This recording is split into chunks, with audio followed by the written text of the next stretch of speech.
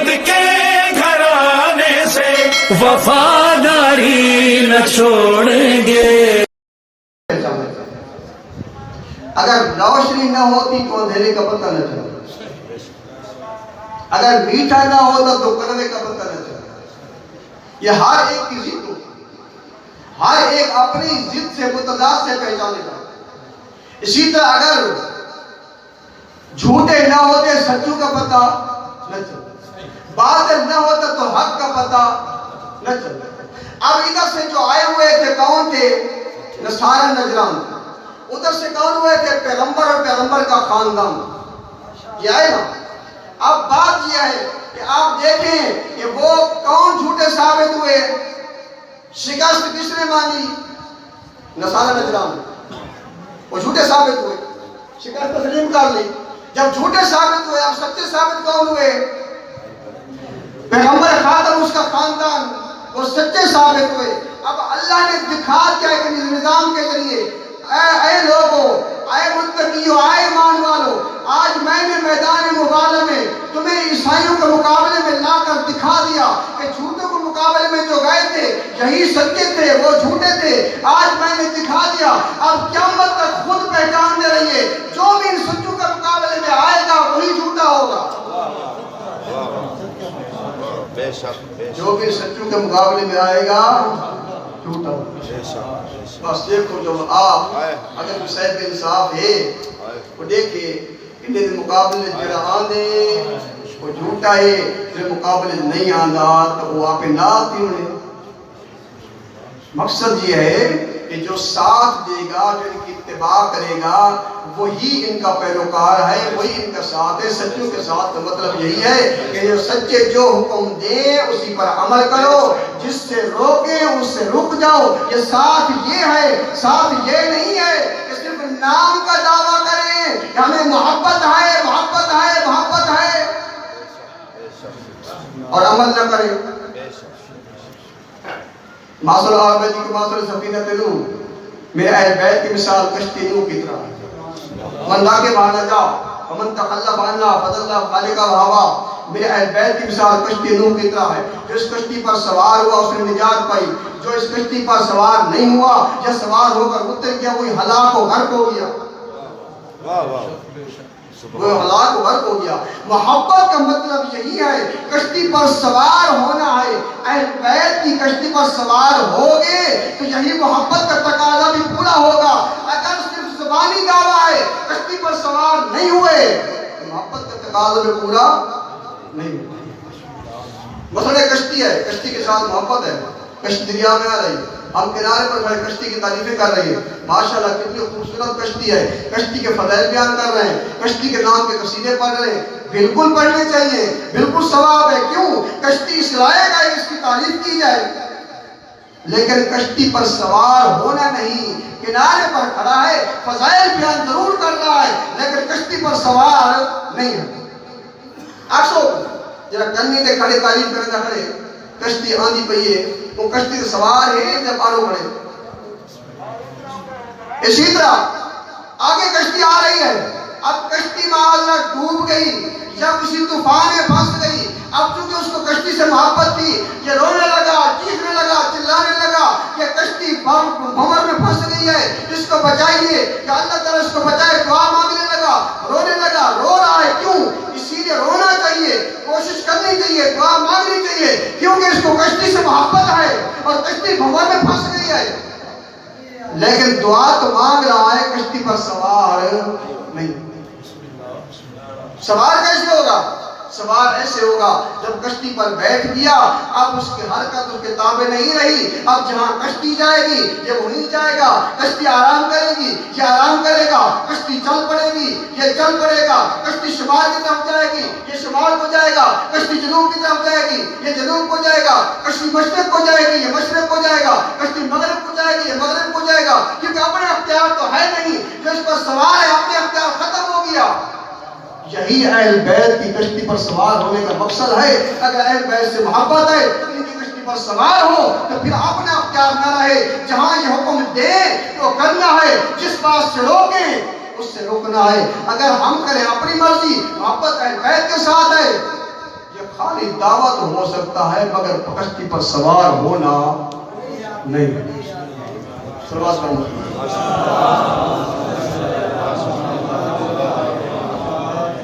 آج یوم علی اصغر بتایا آپ کو، کیونکہ ایران میں پاکستان میں تقریباً آج 40 ممالک مسلمان ایسے ہیں جہاں ان پیاسوں کے نام کا دن منایا جا رہا ہے، کیونکہ ہر محرم میں جو پہلا جمعہ آتا ہے وہ پیاسوں کے نام کا دن ہوتا ہے. اس میں علی اصغر ششماہ کو سر فہرست ہے. تو آزادانہ حسین 10ویں کا دن سب یار و انصار شہید ہو چکے، بھائی بھتیجے شہید ہو چکے، بیٹھے ہیں غربت کا استغاثہ بلند کیا. حال من ناصر ینصرنا، حال من مغیث یغیثنا، کوئی ہے جو میری مدد کرے، کوئی ہے فریاد رس جو میری فریاد کو پہنچے. ایک دردناک بیان کیا، حال من ذاب یذب عن حرم رسول اللہ، کوئی ہے جو ان رسول زادیوں کے پردوں کو اشکیا سے بچائے. بس اللہ دارو، یہ استغاثہ صرف ان کے لیے نہیں تھا جو کربلا میں موجود تھے، یہ ہر وقت کے لوگوں کے لیے استغاثہ ہے. یہ استغاثہ ہر وقت کے لوگوں کے لیے. آج بھی امام کے استغاثے کی آواز بلند ہے، حال من ناصر ینصرنا، کوئی ہے میرے مشن کو بچانے والا، کوئی ہے میرے مقصد کو بچانے والا. اے حسین، حسین کے محب ہونے کا دعویٰ کرنے والوں، اے اہل بیت کے ماننے والے، بڑے بڑے دعوے کرتے ہو، آج ہے ہمارے مشن کو بچانے والا.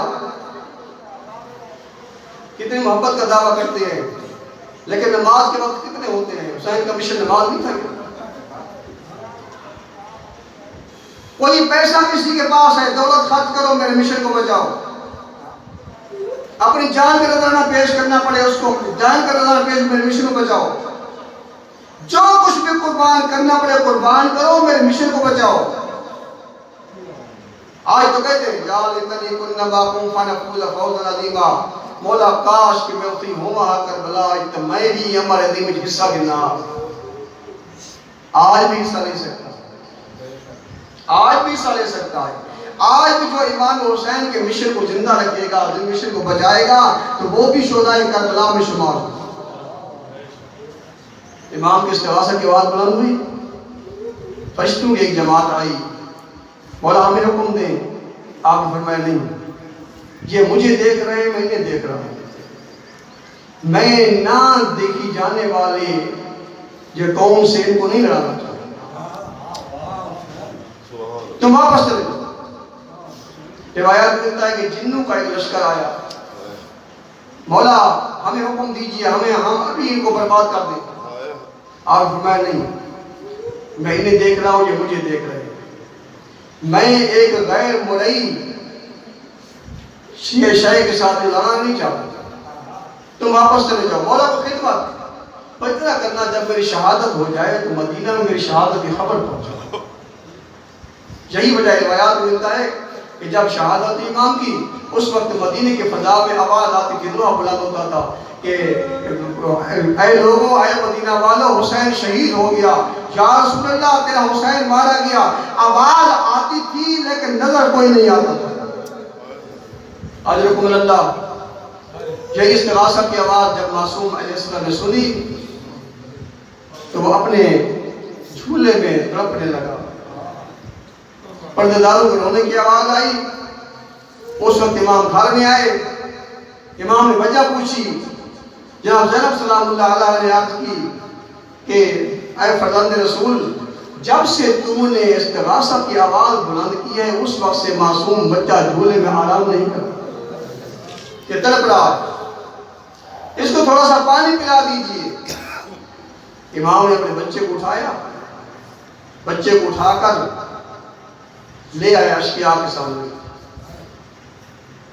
اور آ کر اشقیاء کے سامنے یہ ایسی مصیبت تھی، یہ آخر تک امام زمان تک اس نے اثر چھوڑا ہے ششمائی کی شہادت میں۔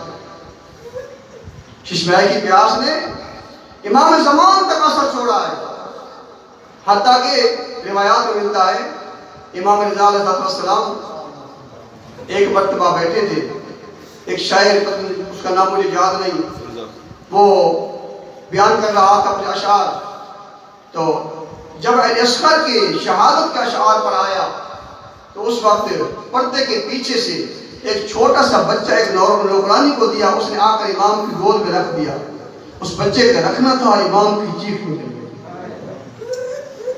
علی اصغر کی پیاس یاد آئی، امام کی چیخ نکل گئی۔ یہ تو مختار آیا، مختار انقلاب لایا، تو اس وقت اس نے قاتلان حسین سے بدلے لیے۔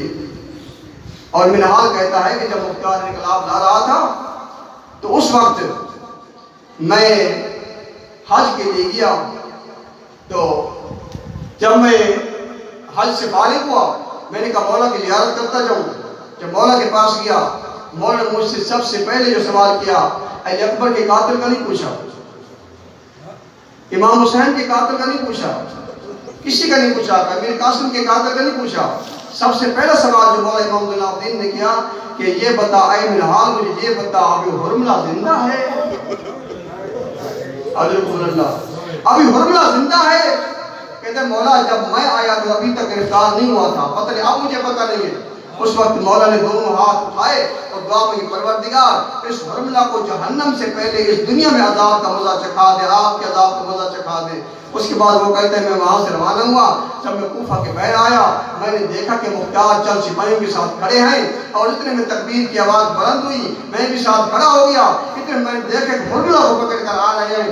جب اس کے بعد پکڑ کر آئے تو اس وقت مختار جب بھی کسی قاتل کو پکڑتا اس سے پوچھتا تھا کہ اے کمینہ یہ بتا تو نے کربلا میں کون سا ظلم کیا تھا، اور پھر لکھواتا تھا مختار۔ بہت سارے واقعات ایسے ہیں جو مختار کی وجہ سے ہم تک پہنچے ہیں، تو پھر لکھواتا تھا کہ فلاں نے کون سا کربلا میں ظلم کیا تھا۔ اور جب اس کو لے آئے، اس سے پوچھا مختار نے اے حرملہ یہ بتا تو نے کربلا میں کون سے ظلم کیے تھے؟ وہ کہتے مختار نہ پوچھ، میری ترکش میں 3 تیر تھے اور 3 پھلوں والے تیر تھے، ذہن میں بجھے ہوئے تیر تھے، میں نے تینوں استعمال کیے، میں کوفہ کا ماہر تیر انداز تھا، میرے تینوں تیر خطا نہیں گئے۔ مختار کہتے یہ بتا اے کمینہ تو نے کہاں استعمال کیے؟ وہ کہتے ہیں پہلا تیر جو میں نے استعمال کیا وہ یازدانہ کے جگر میں لگا ہے۔ وہ کہاں استعمال کیا تم نے؟ مختار رونے لگا سن کر۔ اس نے کہا جب عباس پانی بھرنے کے لیے گئے، مشک پانی کی بھری، دریا سے باہر نکلے، مجھے حکم ہوا کہ جلدی کرو، اگر پانی خیام تک پہنچ گیا انقلاب آ جائے گا، یہ مشک کا نشانہ کرو۔ میں نے مشک کا نشانہ کیا، میں نے تیر مارا، تیر مشک میں لگنے کے بجائے عباس کی آنکھ میں جا لگا۔ کیا رونے لگا سن کر، کہتا ہے اے کمینہ یہ بتا دوسرا تیر کہاں استعمال کیا تم نے؟ وہ کہتا دوسرا تیر میں نے اس وقت استعمال کیا جب امام حسین گھوڑے پر سوار ہو کر جنگ لڑ رہے تھے، اتنے میں ایک شکی نے امام کی پیشانی پر پتھر مارا، امام نے اپنی کباب کے دامن کو پکڑا، اپنی پیشانی سے خون کو صاف کرنے لگے۔ اس وقت مجھے حکم ہوا کہ جلدی کرو، حسین کے سینے کا نشانہ کرو۔ میں نے اس جگہ کا نشانہ کیا جہاں محمد بوسہ دیا کرتے تھے، میں نے شست لی، میں نے ایسا تیر مارا کہ امام نے جتنی کوشش کی امام سامنے سے نہیں نکال سکے، پشت کی جانب سے نکالا، بس تیر کا نکلنا تھا کہ خون کا فوارہ جاری ہوا۔ اس وقت امام نے کہا بسم اللہ باللہ اللہ ملت رسول اللہ۔ مختار سن کر رونے لگا۔ مختار کہتے ہیں یہ بتا تیسرا تیر کہاں استعمال کیا؟ وہ کہتے مختار اس کے بارے میں نہ پوچھ، میں نے اس وقت استعمال کیا جب حسین اپنے ششمائے بچے کو لے آئے اور یہ کہا اے قوم قد قتلتم اصحابی و اہل بیتی، تم نے میرے اصحاب کو قتل کر دیا، میرے اہل بیت کو قتل کر دیا، اب میرے پاس یہی چھوٹا بچہ رہ گیا ہے اور میرے بچہ یہ پیاسا ہے، تھوڑا سا گھونٹ پانی کا اس کو دے دیجئے۔ اس کے بعد ان کی حالت دیکھ کر، بچے کی حالت دیکھ کر اشقیاء رونے لگے۔ اس وقت عمر شبر صاحب نے کہا جلدی کرو، تو کیا دیکھ رہا ہے؟ انقلاب آنے والا ہے، فوجی رو رہے ہیں، جلدی کرو بچے کو تیر کا پانی پلاؤ۔ وہ کہتے ہیں میں نے نشانہ لیا، نشانہ لے کر میں نے بچے کے گلے کا نشانہ کر کے تیر مارا، فَضَرَبَهُ مِنَ الْأُذُنِ إِلَى الْأُذُنِ، ایک کان سے لگا دوسرے کان سے جا نکلا، معصوم اپنے باپ کے ہاتھوں سے گر پڑا، زمین پر آیا۔ اس کے بعد وہ کہتا ہے، مختار رونے لگا۔ مختار نے کہا یہ بتا تو نے اتنے ظلم کیا ہے، کہیں تجھے رحم بھی آیا یا نہیں آیا؟ وہ کہتے ہیں ہاں مجھے اس وقت رحم آیا جب میں نے تیر کا پانی بچوں کو پلا لیا۔ امام نے اپنے بچوں کو زمین سے اٹھایا، کباب کے دامن میں چھپایا، اور میں نے دیکھا امام 7 مرتبہ خیمے کے دروازے کی طرف گئے اور واپس آئے۔ آگے جاتے ہیں تو ماں کھڑی ہے، ماں کے حوالے کیسے کریں، پھر واپس آ جاتے ہیں۔ پھر سوچا کہ بچے کے آخری دیدار سے ماں کو محروم نہ کروں، پھر دروازے پر گئے، آواز دے کر کہتے ہیں اے رباب آؤ تیرا بچہ پانی پی کر آ گیا ہے، اپنے بچے کو لے جاؤ۔ لیکن عجیب کیفیت ہے جناب رباب کی، جناب رباب آگے چلتی ہے لیکن چل نہیں سکتی۔ اس سے پہلے جناب سکینہ خاتون پہنچ گئی، کہتی بابا ان لڑکیوں کو تو پانی پلا رہے ہو، میں بھی تو پیاسی ہوں۔ امام خاموشی سے رونے لگے۔ اس کے بعد جب جناب رباب آئی، امام نے کباب کا دامن ہٹایا، امام نے بچہ اس کے حوالے کیا، تو جناب رباب نے جب بچے کی حالت دیکھی، کٹا ہوا گلا دیکھا، تمام پردہ اکٹھے ہوئے، مکوڑا ماتم کا برپا ہوا۔ بیوی نے اپنے بیٹے کے کٹے ہوئے گلے پر بوسہ دیا اور رو کر کہہ دیا یا بنیا اب مثلوں کا جنہر، اے میرا بیٹا تجھے اس معصوم کو شہید کرنے کے قابل ہوتے ہیں۔ آزادو صاحب ریاض القدس لکھتے ہیں کہ کسی کو حسین نے دفن نہیں کیا، کسی کو، لیکن یہ معصوم بچہ ایسا ہے۔ امام نے کہا ہو سکتا ہے کہ یہ ظلم سے بچ جائے۔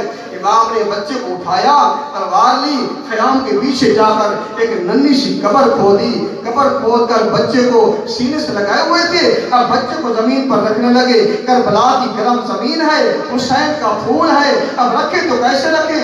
شریعت کہتی ہے کہ جب تم کسی کو دفن کرنے لگو اس کا باپ موجود نہیں ہونا چاہیے، اس کا باپ موجود نہیں ہونا چاہیے۔ حسین کی غربت دیکھ، تم تو کہتے ہو، شریعت تو کہتی ہے باپ موجود نہیں ہونا چاہیے۔